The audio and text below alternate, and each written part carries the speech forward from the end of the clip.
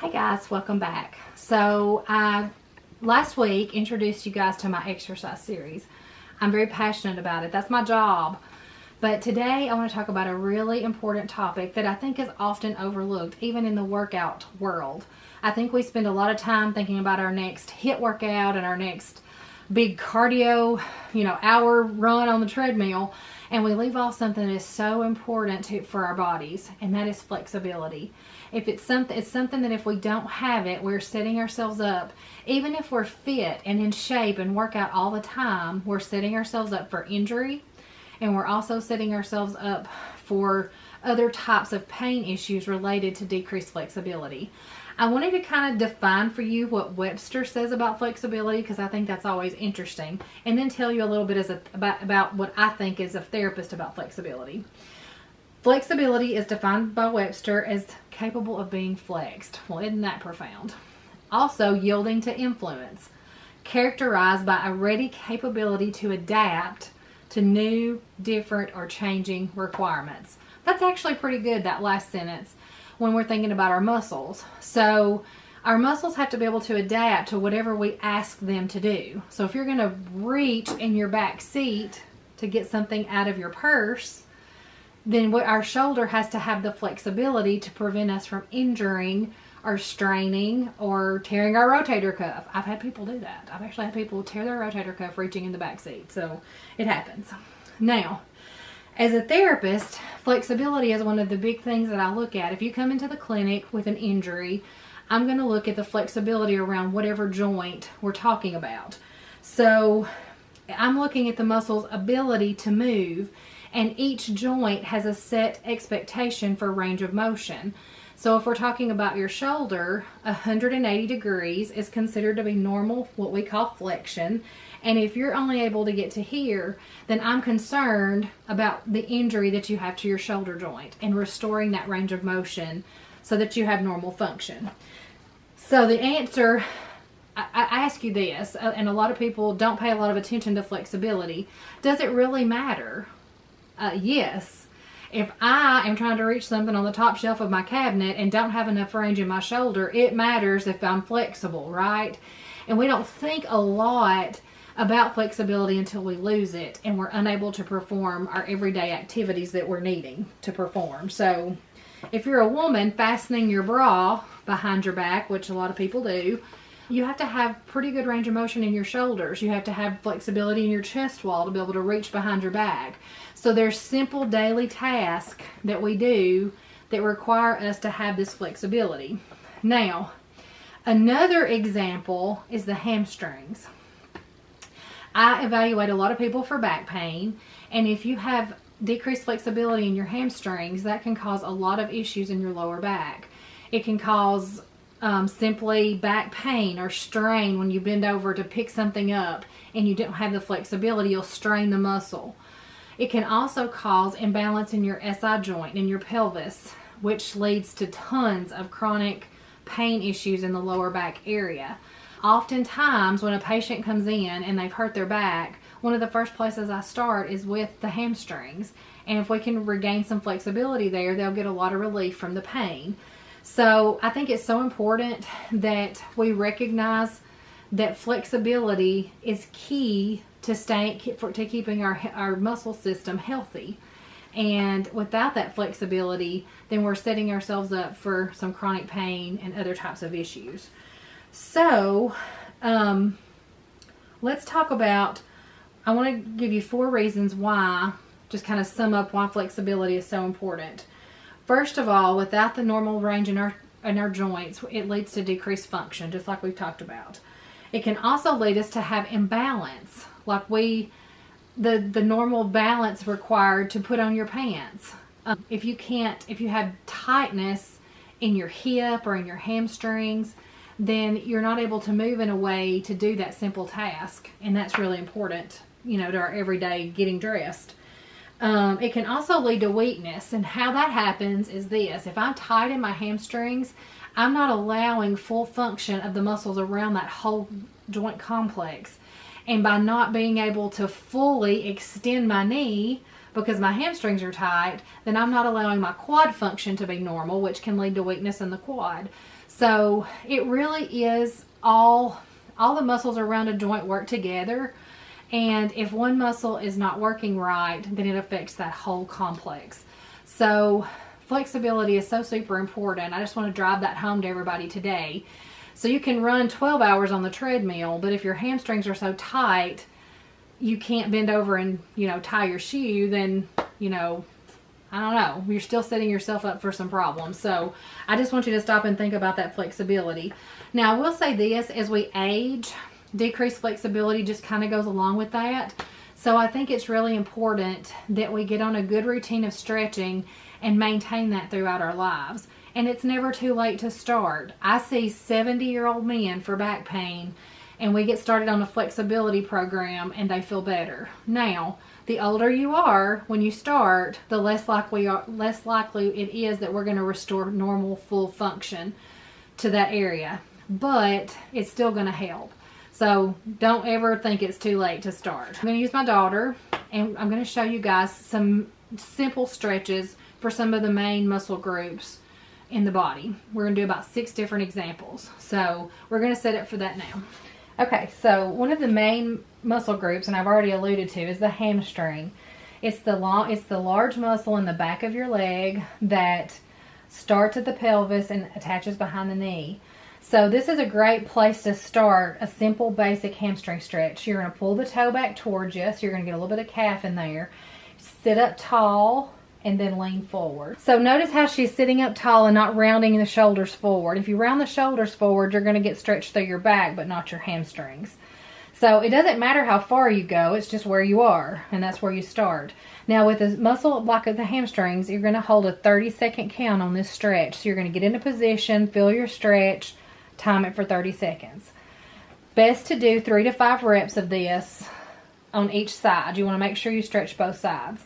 I do want to show you another variation. So now, this is another great way to do the hamstrings. And I always do this for people that are having back pain, because you're going to get some stretch through the lower back as well. You can take any kind of TheraBand strap, a regular belt, a beach towel, whatever you've got that's a little bit sturdy. You get the knee straight. You come up from the floor till you feel a stretch in the back of the knee. And again, you're holding for 30 seconds. You're going to make sure you do this on each side. Again, 3 to 5 reps is all you need on your stretching. Alright, so we're going to go right into the next one, which is your IT band. Now, your IT band runs from the hip down the side of the leg and attaches on your knee. And it's really a culprit a lot of times in hip pain, because if it's tight, you're getting a lot of stress across the bursa that is in your hip joint. And you've heard of bursitis. A lot of people have bursitis, and that can be caused by this muscle being tight. So you're going to straighten your opposite leg. You're going to come from down below, so keep it straight, and come up about halfway. So she's going to bring it up with the band about halfway and then go across the body. And you're going to feel a stretch that runs along the side of the leg. Now, this stretch, again, 30 seconds is a great place. Now, let me just say here that if it's a little too intense for you, you can start with a 15-second hold. But it is important that you hold this. It's not just a move, release, because that just is not effective to stretch these large muscles. So, again, 3 to 5 reps, and then do each side. That's the IT band. Now, let's move into the piriformis. Now, the piriformis is a muscle in your butt, right in your hip pocket. If you have on jeans and you feel your hip pocket, sometimes it's a little tender. That's your piriformis.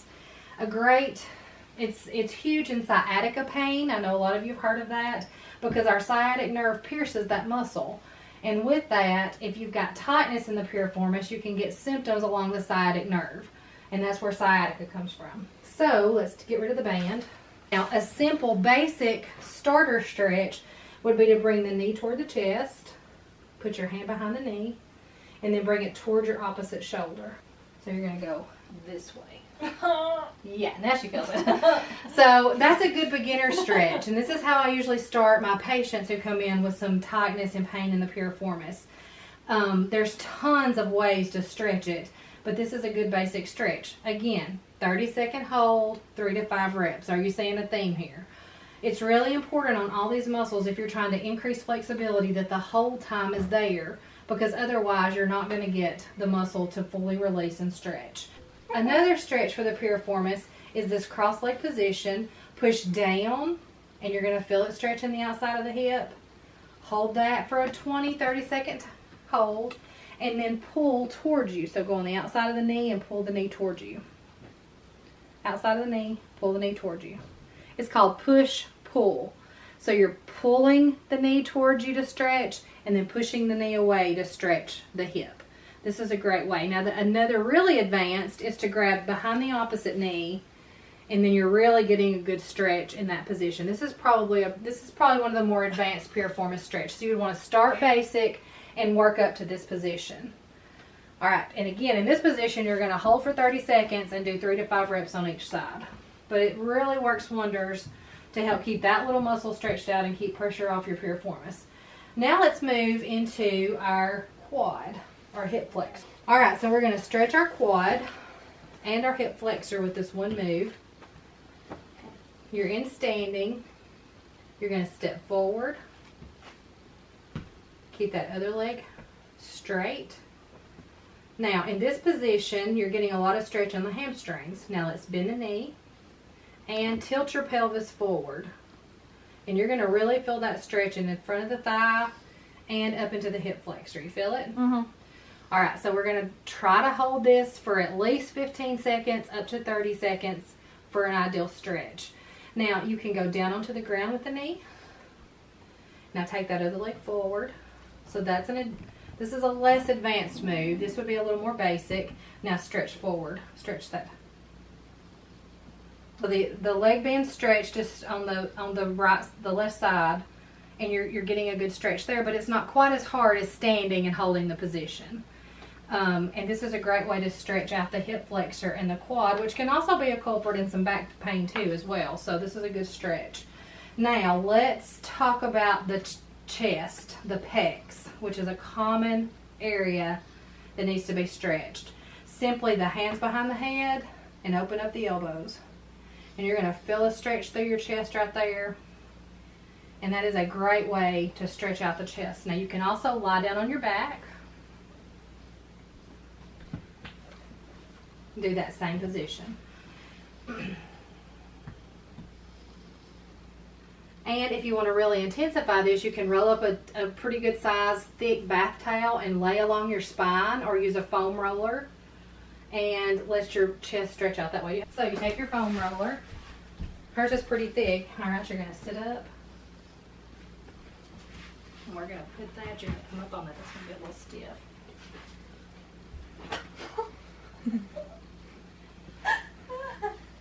Now see how she's getting a lot of stretch through the chest wall.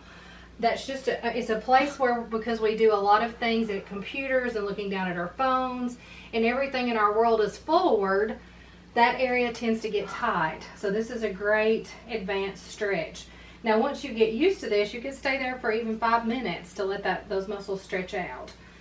You can also get in a doorway, catch on each side, lean into that stretch. That's also a good beginner stretch for those muscles.